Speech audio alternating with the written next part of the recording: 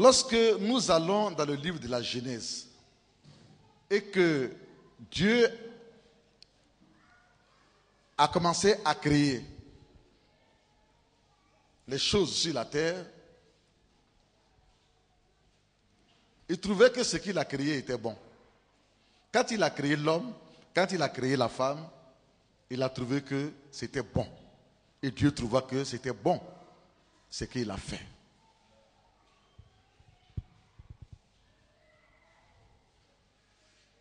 Quand Dieu t'a créé, il t'a trouvé bon. Quand Dieu m'a créé, il m'a trouvé bon. C'est les circonstances de la vie, les conditions et l'environnement dans lequel nous naissons, c'est ça, c'est tout ceci qui fait tout simplement que, et quelque part, le bon que Dieu a déposé en nous n'arrive pas à se développer. Dieu ne t'a pas créé mauvais. Dieu n'a créé personne mauvais. C'est lui qui te rejette. S'il te rejette, c'est parce que il ne sait pas discerner les bonnes choses que Dieu a déposées en toi. On t'appelle par ton nom, hein? On dit que tu es mauvais. Et par rapport à ces mauvais-là qu'on t'appelle, on dit le pauvre, le malheureux. C'est ça qui est devenu ton nom maintenant. Le vaurien. Regardez-moi celui-là. Le bon à rien. C'est ça qui est devenu ton nom. Parce que c'est ce que ta vie de tous les jours démontre.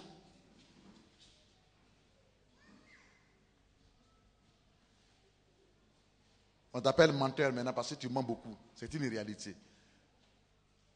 Mais au-dessus, sinon au fond de tout ceci, mensonge ou tout, c'est que le vaurien, le paresseux, tout ce qu'on dit de toi, il y a quelque part une sémence qui est cachée. Mais que Dieu a déposé en toi, si tu découvres cela et que tu développes cela, ça va changer ta destinée.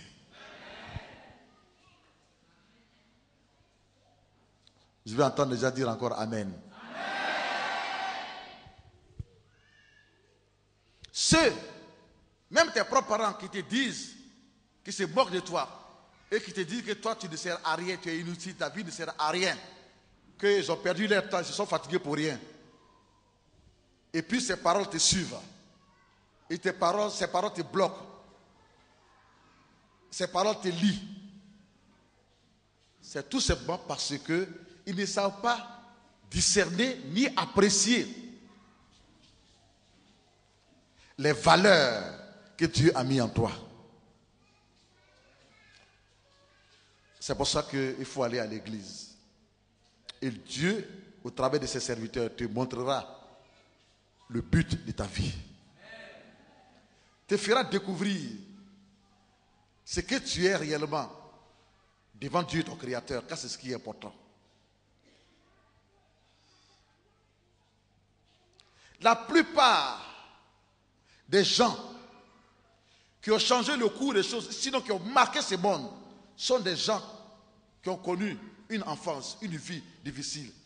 Des gens en qui personne ne croyait, dans leur famille, dans leur génération. David, qui est devenu roi, ses propres frères ne croyaient même pas en lui. Quand il allait sur le champ de guerre, qu'est-ce qu'ils ont dit? Vaurien, petit vaurien, qu'est-ce que tu viens faire ici? Retourne. Et pourtant, c'est par lui que Dieu est passé pour délivrer, sauver Israël de la main de Goliath. Et en même temps, sa destinée a changé. Il y avait quelque chose en lui qui attendait le moment opportun. Quelqu'un dit le moment opportun. Le moment opportun. Alléluia. Alléluia. Jaébès, personne ne croyait en lui. Qu'est-ce qu'il avait comme nom? Un nom maudit. Un nom maudit. Son nom était maudit. Et pourtant, avec le temps, quand il s'est confié à Dieu et qu'il a invoqué l'Éternel, c'est lui qui l'a créé. Il savait que c'est lui-là, c'est lui seul qui peut lui donner la solution. Dieu a changé ce nom de malédiction. Il a changé ma malédiction en bénédiction. Et il a été le plus considéré toute sa famille, de cette grande famille. Il était devenu riche, imposant, important. Alléluia. Gédéon, il était d'une petite tribu, une tribu de pauvres, des parents pauvres en Israël, et ainsi de suite, et tout ça. Un homme, jeune homme sans rien. Là où il a rencontré l'ange, et puis les choses, sa destinée a changé. Dieu m'a permis de voir cette ville quand je suis allé en Israël. Mais son nom est aujourd'hui dans la Bible. Il est celui que Dieu a utilisé pendant cette guerre. Pour faire quoi? Pour délivrer, sauver Israël. Ce n'est pas forcément des gens riches que Dieu a utilisés. Ce n'est pas forcément des gens d'une grande famille. Ce n'est pas forcément cela. Mais c'est des gens qu'on ne considérait plus. Des gens en qui on ne croyait pas. Il y a de l'espoir pour toi. Il y a de l'espoir pour toi. Ça, j'ai parlé de la Bible. Mais même sur la terre ici, le président de l'Afrique du Sud, Jacob Zuma, en prenant son exemple, qui dirige actuellement l'Afrique du Sud, c'est en prison qu'il a appris à lire et à écrire. C'est un prisonnier qui est devenu président de l'Afrique du Sud. Un homme qui ne savait ni lire ni écrire. Le président Lula da Silva, qui a changé le Brésil, qui a projeté le Brésil avec ses idées dans une lancée, une progression économique sans précédent. C'était un ouvrier d'usine, fabricant de quoi? Un cordonnier de chaussures. Chaussures. Mais il a cru. Alléluia. Un homme qui n'était pas considéré. Mais il y avait quelque chose en lui qui pouvait changer le cours des choses. Il est devenu plusieurs fois président du Brésil. Et il a changé le Brésil avec ses idées.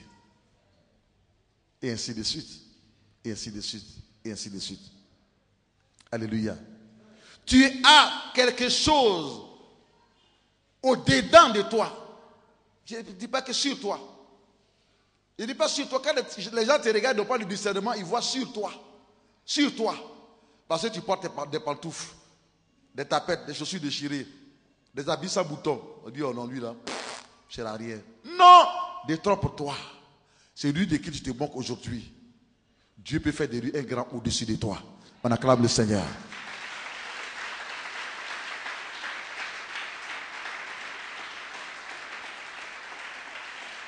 Aimer Dieu, aimer Dieu, aimer Dieu, c'est le plus important.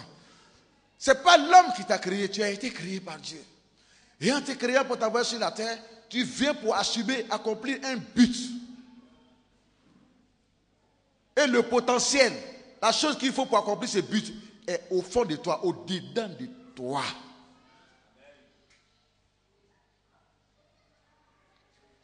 Tu fais des tresses. Pour le moment, ce sont des tresses que tu fais. Pour le moment, ce sont des tresses que tu fais. Mais si tu rencontres quelqu'un qui te donne seulement un seul message, tu vas passer des tresses à salon de coiffure.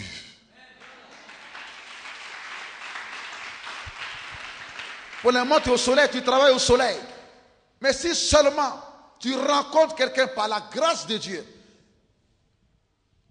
qui te donne un seul message d'espoir et d'espérance, que tu prends cela à cœur, réellement, et que ce message développe en toi le potentiel qui est caché dans le tréfonds de ta vie, de ton cœur, et que ça vient à l'existence, et que tu arroses cela, tu développes cela, tu crois à ce message, à ces données, les données que tu es en train de recevoir ce matin,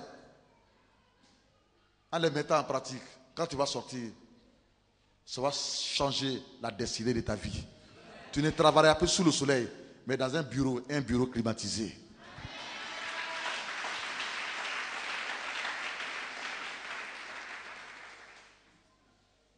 Bien-aimé, si ta valeur n'est pas encore manifestée, pour autant, ça ne veut pas dire qu'elle n'est pas réelle. Bien que ta valeur qui est cachée en toi n'est pas encore manifestée, mais je vais te dire, pour autant, devant Dieu, cette valeur est réelle, elle est en toi. Ça attend quelque chose, ça attend l'homme idéal, ça attend le moment opportun, ça attend l'environnement qu'il faut pour que ça se manifeste. Lorsque vous prenez le grain de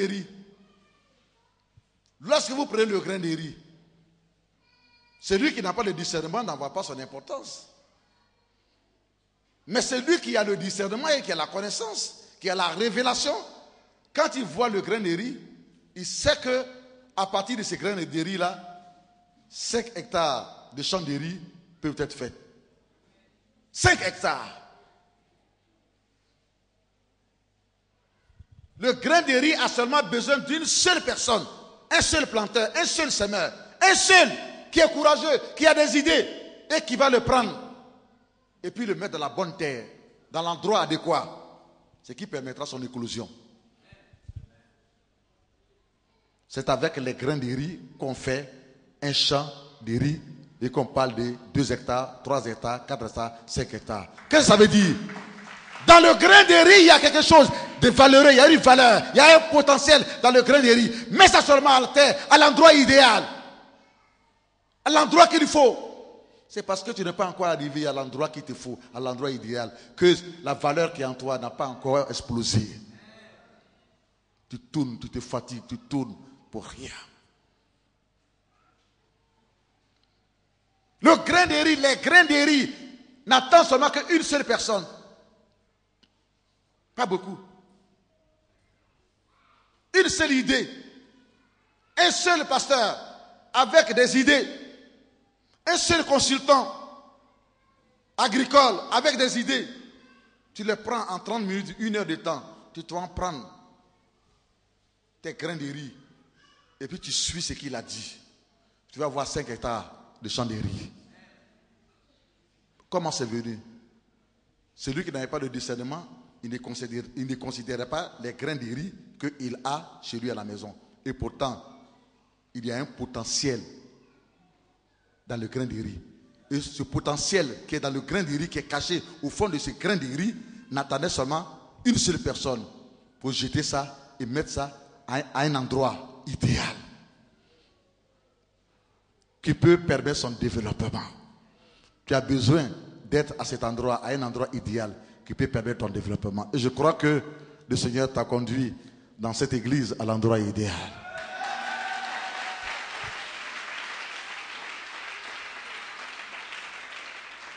Un prophète est venu et il m'a dit, quand tu m'invites, je suis pressé de venir.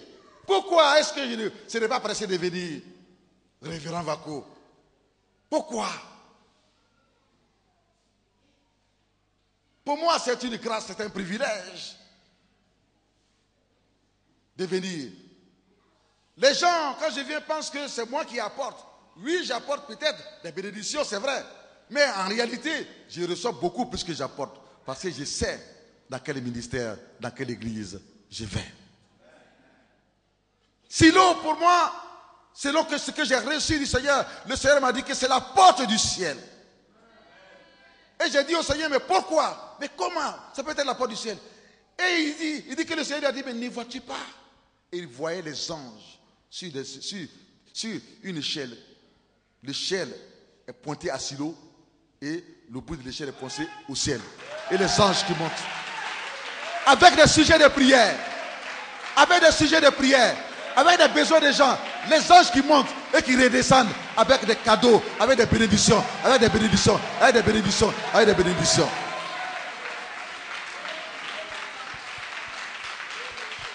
Il m'a dit à Silo, les anges montent et ils descendent. Il y a une échelle qui est plantée à Silo et le bout tourne sur le ciel. C'est pour cela que Dieu m'a dit que Silo est la porte du ciel. Et il dit que le Saint-Esprit lui a dit, mais ne vois-tu pas? J'envoie des gens de partout, du monde entier, de toutes les églises, de toutes les régions, de votre pays, du monde. Ils sont allés dans plusieurs endroits sans trouver d'espérance. Tout fatigués, chargés.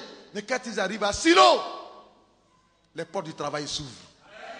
Les portes de la bénédiction s'ouvrent. Ils reçoivent les ossements. Ils reçoivent les grâces. Il reçoit les bénédictions. Il reçoit les bénédictions. Il reçoit les bénédictions. Oui, je te montre. Regarde. J'ai planté une échelle à Silo qui relie le sol de Silo au ciel. Quand ils viennent dans cet endroit, je me sens obligé de les écouter.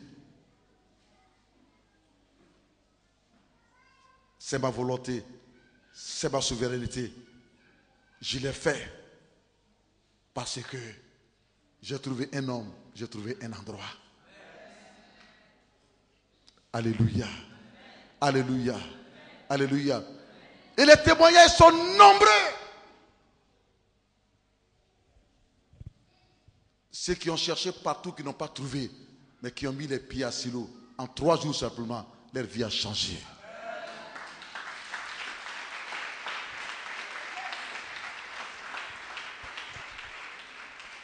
À partir de ce que ce prophète m'a dit, il y a seulement 3 semaines, je peux dire que tu ne t'es pas trompé, que tu es au bon endroit. Écoute bien de cet esprit qui t'a envoyé et prends ce que tu dois prendre et obéis à cela. Ça changera ta vie. Ce n'est pas tous les endroits qui sont bénis. Ce n'est pas tous les endroits où on retrouve facilement les bénédictions et les ossements. Ce n'est pas partout. Ce n'est pas dans tous les endroits. Même si on prie à ces endroits, Dieu, dans sa souveraineté, se choisit certaines personnes et certains endroits. Alléluia. Alléluia. Alléluia. Tu as simplement besoin de te retrouver dans un tel endroit, là où il pleut, où le sol est bon. Dans un endroit qui a un environnement, qui développe un environnement d'amour. Un environnement positif, où on ne voit pas les gens en mal, en mal, en mal. Mais quand bien même ils sont mauvais, ils sont des pécheurs, on leur dit Jésus t'aime, mon frère je t'aime, ma soeur je t'aime. Un environnement d'amour. Un lieu où on s'encourage les uns les autres. Un lieu où on stimule en toi le petit potentiel qui est caché, qui est en toi. Où on t'aide et on dit que tu peux, ne te laisse pas abattre, ne te laisse pas abattre. Un lieu où les messages encouragent. Alléluia. À partir de ce moment, ne crois pas que tu ne peux rien donner. Si tu peux donner de l'amour, tu peux donner quelque chose. Sur le plan matériel, sur le plan financier, sur le plan humain, sur le plan... Tu peux donner quelque chose. Pourquoi? Parce qu'il y a quelque chose en toi que peut-être ton voisin dont ton voisin a besoin, ou bien le frère qui est à côté de toi a besoin, la soeur qui est à côté de toi a besoin. S'il n'a pas besoin de ça, tant mieux. Mais peut-être qu'il y a quelqu'un qui est au loin qui a besoin de cela. Il y a un potentiel. Il y a un potentiel. Ne te prends pas en ridicule. Ne te ridiculise pas. Ne te rejette pas. Ne te maudis pas toi-même. Ne fais pas de blasphème sur toi. Ne dis pas que tu es ridicule. Ne te vois pas en mal. Change ton image. Change ton image. L'image que tu as de toi. Change cette image au nom de Jésus. Et vois-toi comme Dieu te voit. Et ceux qui sont moqués de toi hier viendront à tes pieds pour te dire, prie pour nous, montre-moi le secret, exhorte-nous. Alléluia, alléluia, alléluia. Tu peux donc donner quelque chose. Il y a certainement une personne sur cette terre qui a besoin de toi.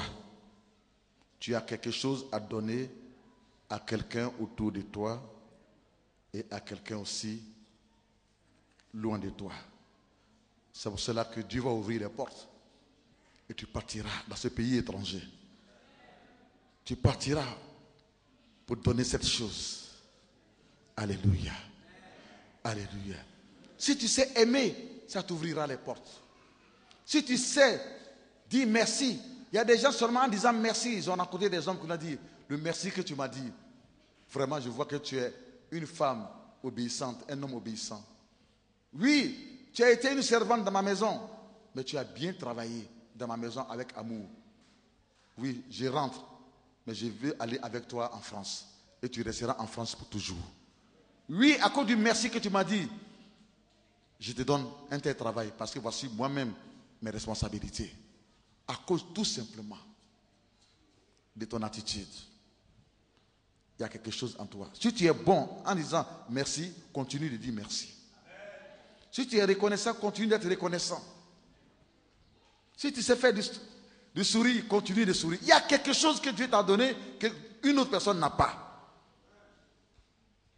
Si tu développes cela, ça peut t'ouvrir les portes de bénédiction, de mariage, de travail, de voyage, d'élévation. Regardez, en Jean chapitre 3, verset 16, Jésus a donné sa vie éternelle à tous les pécheurs, afin que quiconque croit ne périsse point, mais qu'il ait la vie éternelle. Il n'a pas donné cela aux bons, mais aux gens qui sont remplis de souillure et de péchés. Mais il ne les a pas rejetés. Ceux qui te rejettent, c'est parce que ils n'ont pas reçu encore le discernement de Dieu. Tu es celui en qui Dieu a mis quelque chose pour changer la vie de beaucoup de personnes. Pour apporter quelque chose à la vie de beaucoup de personnes. C'est caché en toi. Fais tout simplement l'effort. Aime Dieu. Aime-le. Aime-le. Jésus a donné sa vie éternelle, ce n'est pas à moitié, éternelle aux pécheurs que nous étions. Il a donné sa vie pour la délivrance des possédés. Il a donné sa vie pour la guérison des malades. Il a donné sa vie, il a donné. Donné. Il a donné. Il y a quelque chose en toi que tu peux donner pour le bien de quelqu'un, pour le bien de l'œuvre de Dieu, pour l'avancement de l'œuvre de Dieu. Jésus a donné sa vie pour que ceux qui sont attristés retrouvent la joie. Jésus a donné la vie pour que ceux qui ont le cœur brisé retrouvent la restauration. Jésus a donné sa vie pour que ceux qui sont dans la détresse, qui sont chargés, qui sont fatigués, qui sont dans la dépression, dans les soucis, retrouvent la paix. Mais il a fallu d'abord qu'il donne sa vie. Tu as quelque chose que tu peux donner, qui peut bénir quelqu'un. Tu as quelque chose que tu peux donner, qui peut bénir ton église. Ne dis pas que je suis pauvre, je suis pauvre. Change ton image de pauvre. C'est une question de mentalité d'abord. Jésus a donné sa vie pour que ceux qui sont rejetés reçoivent l'amour. Jésus a donné sa vie pour que les pauvres reçoivent la richesse. Jésus a donné sa vie pour que les désespérés retrouvent l'espoir. Aujourd'hui, où il t'a appelé, où tu entends ce message, il te dit qu'il t'a confié cette charge, toi aussi, qui est devenu chrétien. Afin que tu puisses aller assumer cette mission. Aller donner de l'amour. Parce que beaucoup souffrent. Mais si tu es là seulement que tu regardes à toi et que tu penses que tu ne peux pas parce que tu n'es rien, parce qu'on s'est moqué de toi, on s'est moqué de toi, et que tu ne peux pas, tu vois, malheureusement, ce qui est en toi ne peut pas exploser. Il y a quelque chose en toi que quelqu'un aime. C'est Dieu qui t'a donné cette chose. Utilise cela et bénis les gens. Va visiter les prisonniers, prêche-les l'évangile. Va visiter les orphelins, prêche-les l'évangile. Va visiter les malades à l'hôpital, donne-les des livres, donne-les du savon, des habits et prie pour eux. Va visiter les veuves, donne-les quelque chose et prie pour eux. Exhorte-les. Il y a quelque chose, quand tu seras au devant de ceux qui ont besoin, c'est là que tu verras que, mais c'est pas possible. Mais dans mon église, je pensais que je n'étais pas importante, que je ne pouvais rien faire. Mais dans ma maison, je pensais que je ne pouvais rien faire dans ma vie. Oh, on m'a tellement calculé en mal, qu'on m'appelle même par le nom des malheurs, des malédictions qui est sur moi. Oh, il y a quelque chose que je peux faire. À partir de cet instant-là, je vais développer cela. Je vais développer cela. Et à partir de là, une grande porte s'ouvrira. Tu seras quelqu'un dont on parlera dans cette nation.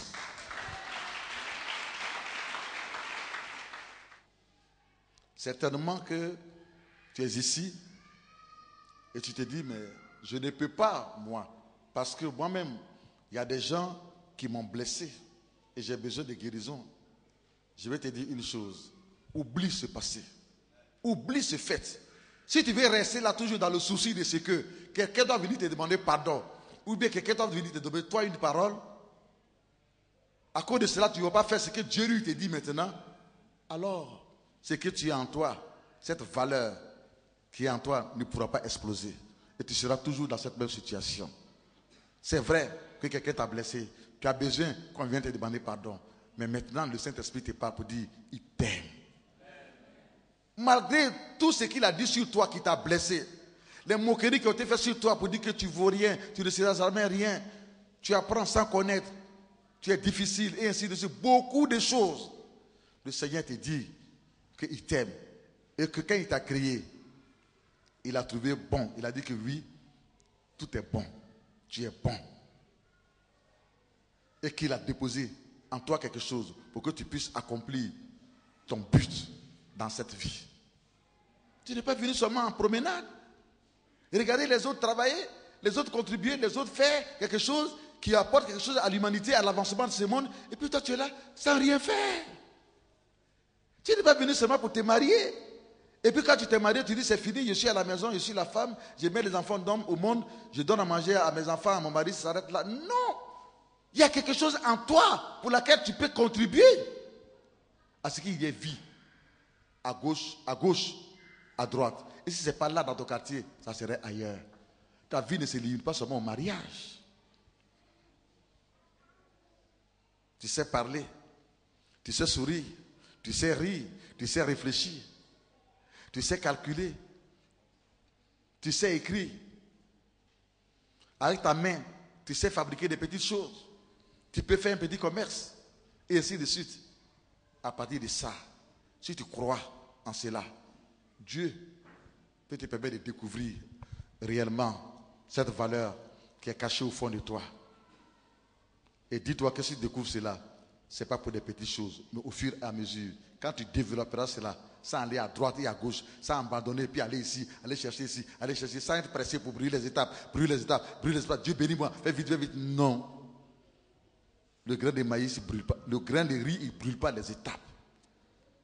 Il respecte le temps, les étapes, jusqu'à ce qu'il grandisse. Et que un grain de maïs, un grain de riz, sur l'épi du grain de riz, la tige du grain de riz, on découvre beaucoup de grains. Si tu es pressé, tu gâteras tout. Tu gâteras tout. Oublie le passé. Oublie le passé. C'est-à-dire, il n'est plus le souvenir de ce passé où on t'a blessé dans ton enfance, où tu as souffert dans ton enfance. C'est la vie. Et ainsi va la vie. Regarde devant et avance. Dieu te parle maintenant. Écoute ce que Dieu dit, ce qu'il pense de toi. Il dit, c'est lui qui t'a créé, il t'aime, il y a quelque chose en toi. Tu as des talents. Tu sais réparer un vélo, une mobilette. Tu as des talents. Tu sais balayer la maison. C'est une bonne chose, c'est un talent. Tout le monde ne peut pas le faire. Tu sais préparer. C'est un talent. Tu as des dons. Tu as des capacités. Tu as un potentiel en toi. Prie Dieu maintenant pour qu'il puisse peaufiner. Il puisse peaufiner ses potentiels. Il puisse peaufiner ses valeurs. Il puisse peaufiner ses talents. Afin que tu puisses le servir avec. Il puisse les raffiner, les rendre agréables. Mettre sa gloire et son onction là-dessus. Pour que ça puisse, n'est-ce pas, t'aider pour que parmi 10 personnes, on puisse te choisir, on puisse te distinguer. On puisse te choisir, te distinguer, te faire avancer au fur et à mesure. Et ainsi tu t'installeras. Et tu te répandras à droite. Et tu te répandras à gauche. Tu vends quelque chose, crois en cela. Tu sais vendre, c'est un talent que Dieu t'a donné. Tu sais faire de la librairie, c'est un talent que Dieu t'a donné. Tu sais enseigner, c'est un talent que Dieu t'a donné. Mais ne reste pas à ce niveau de ce talent. Augmente donc la valeur de ce talent. Je vais d'avoir une licence. en théologie. Tout à l'heure. Ça veut dire que je continue d'étudier. Bien que j'ai 2 doctorats. Je continue d'étudier. Dans d'autres domaines de la théologie, de la vie, je continue d'étudier. Je ne vais pas faire quelque chose en étant un ignare. Je ne vois rien dedans, je vois que du noir, du brouhaha. Non, je vais voir clair dedans avant de faire cela. Comme ça, je ferai cela bien et avec amour. Augmente donc tes compétences, tes capacités. Tu es devenu un directeur. Tu es devenu un président, par exemple, des syndicats. Mais ça ne s'arrête pas là. Non. Va à l'école encore. Fais des cours du soir, fais des cours par correspondance. Remets-toi à niveau. Cherche à devenir encore plus grand que tu es en ce moment-ci. Augmente tes potentialités. Ça vient de Dieu. C'est le don que Dieu t'a donné. Depuis que tu es enfant, tu es chef à l'école, partout, président. Jusqu'à ce que tu sois président aujourd'hui d'une grande institution. C'est un potentiel que Dieu t'a donné. Mais à côté de cela, il faut d'autres atouts, des accessoires. Pour ne pas que tu sois limité dans la compréhension des choses, dans tes raisonnements, dans tes entreprises, et puis dans quoi? Dans ta manière de présider. Il faut que tu sois polyvalent. Et ainsi de suite. Augmente tes valeurs. Dès enseignant d'école primaire, tu peux devenir professeur. On dit Amen. Des filles de salle, tu peux devenir sage-femme, tu peux devenir infirmière d'État. C'est une question de croire en Dieu et de croire en toi. De changer ton image. Ne reste pas à l'image où on s'est moqué de toi. Il y a beaucoup de personnes à qui les maîtres, les professeurs ont dit, mais non, toi, je ne crois pas en toi. Et puis ces enfants ont eu des problèmes pour évoluer à l'école, beaucoup de problèmes. Mais ces personnes ont rencontré une autre personne qui leur a dit, voici moi, ce que je vois en toi. Tu es un grand potentiel. Tu es un commissaire potentiel. Tu es un directeur de banque potentiel. Tu es un consultant potentiel. Tu es un chef d'État potentiel. Tu es un CIE potentiel. Tu es un ministre potentiel. Une seule personne. Des gens qui savent lire la destinée des gens. Et je pense que vous êtes à l'endroit où Dieu permet que l'homme puisse lire votre destinée.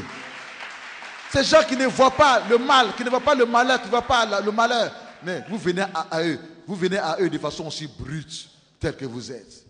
C'est lui qui est en train de me filmer. C'est ce que les gens ont dit de lui qui ne dit rien. Je lui ai donné une bourse. Il a dit, tant mieux. Moi, je crois en toi. Il allait dans mon collège. Il a fini ses études. Et il allait prendre... Je lui ai payé des cours pour faire la maintenance. La maintenance. Il a fini ses diplômes de maintenance. Aujourd'hui, il est un opérateur informatique. Il fait le montage partout et partout. Une dame qui voulait devenir infirmière, mais que ses parents ont blâmé, ils l'ont tellement blâmé, ils l'ont accusé de tout, jusqu'on l'a accusé de tout, de sorcière, d'état, ils l'ont blâmé, sa vie est finie. Et quand Dieu m'a donné mon premier enfant, c'est cette femme qui a été auprès de ma femme et qui l'a aidée.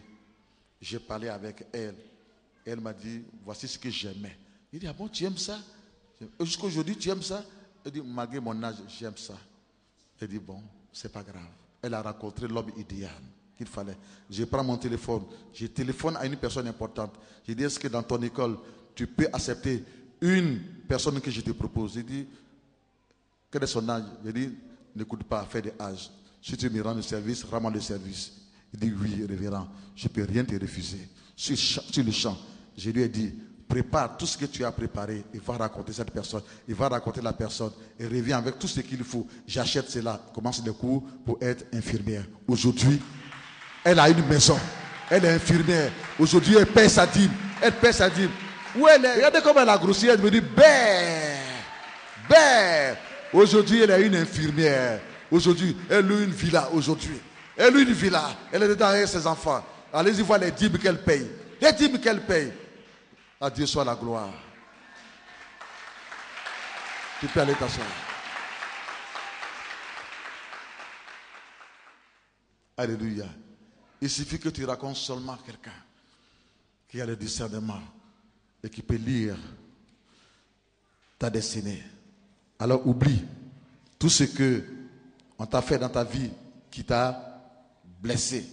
Laisse Dieu te construire. Laisse-le te bâtir.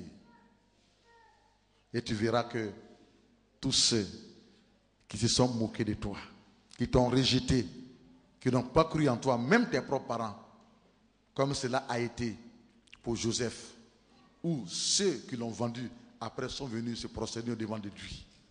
Alors Dieu amènera ces personnes-là pour te demander de l'aide. Certains même chercheront à se mettre à genoux. Certains même chercheront à se prosterner. Pourquoi? Parce que Dieu a fait de toi une nouvelle personne.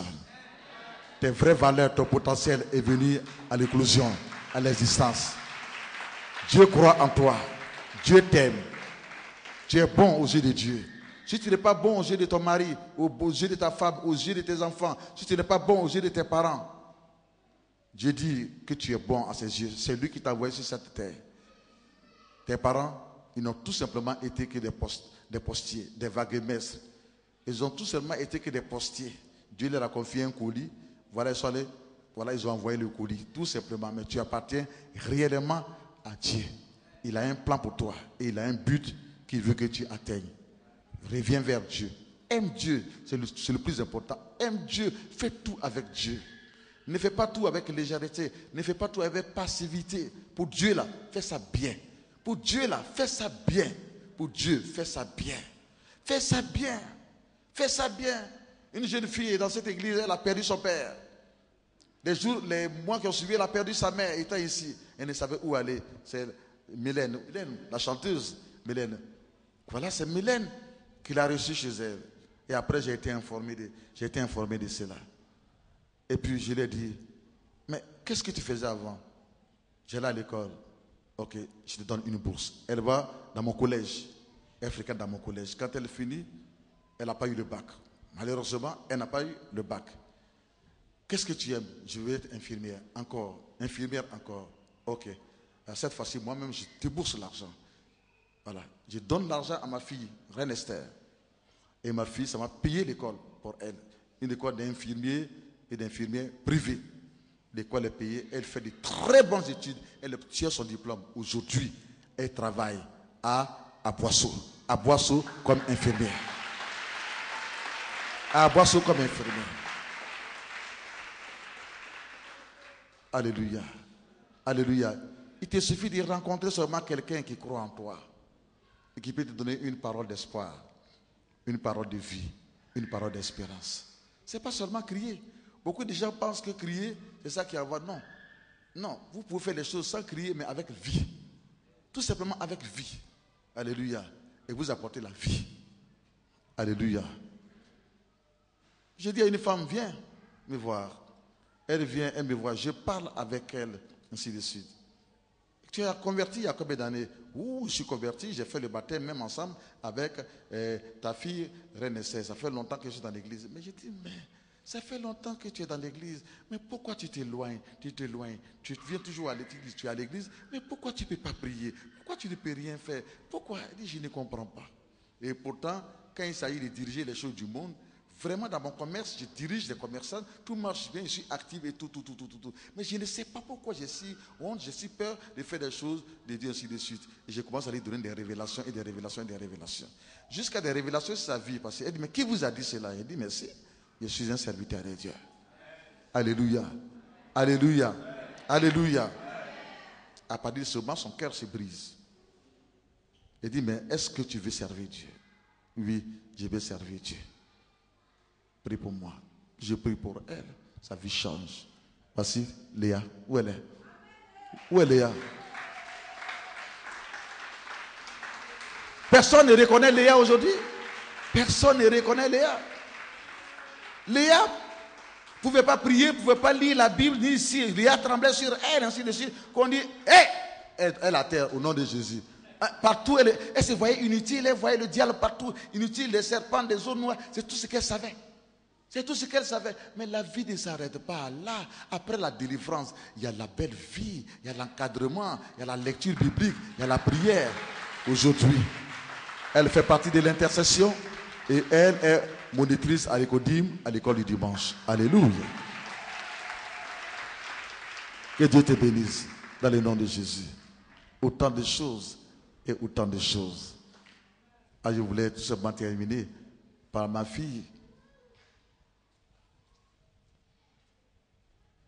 vraiment qui m'a étonné. On est parti à Zaguié, dans ma maison de retraite à Zaguié. Et puis j'ai dit aux femmes de prêcher. Mais j'ai été vraiment moi-même secoué par le message de Conan Chantal, Déborah, ainsi de suite.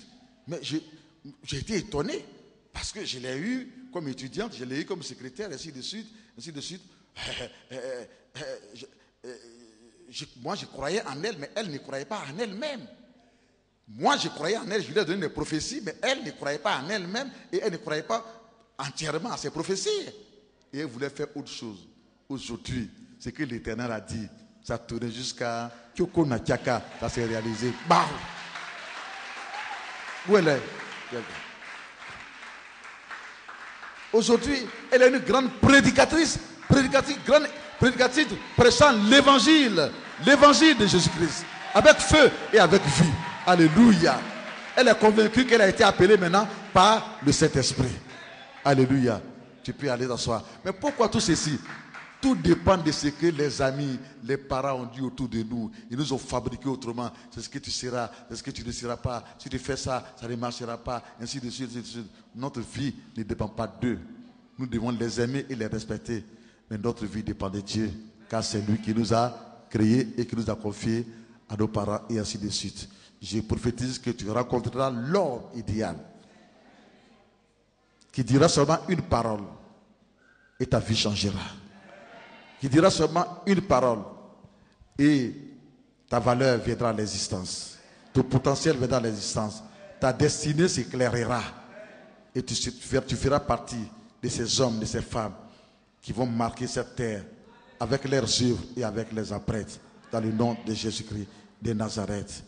Que la grâce et la bénédiction de Dieu au nom de Jésus-Christ de Nazareth viennent sur toi. Toi qui es désespéré, reçois l'espoir. Toi qui es attristé, reçois l'amour, reçois la consolation. Toi qui es fatigué, qui es chargé, reçois la restauration, reçois le renouvellement. Toi qui n'as plus d'espoir, reçois l'espoir. Au nom de Jésus. Amen. Jésus a parlé, je veux croire que je puis lutter pour sa gloire. Car pour oublier ma victoire, c'est Jésus-Christ. Il me relève dans mes chutes, C'est Jésus-Christ. il combat pour moi dans mes luttes.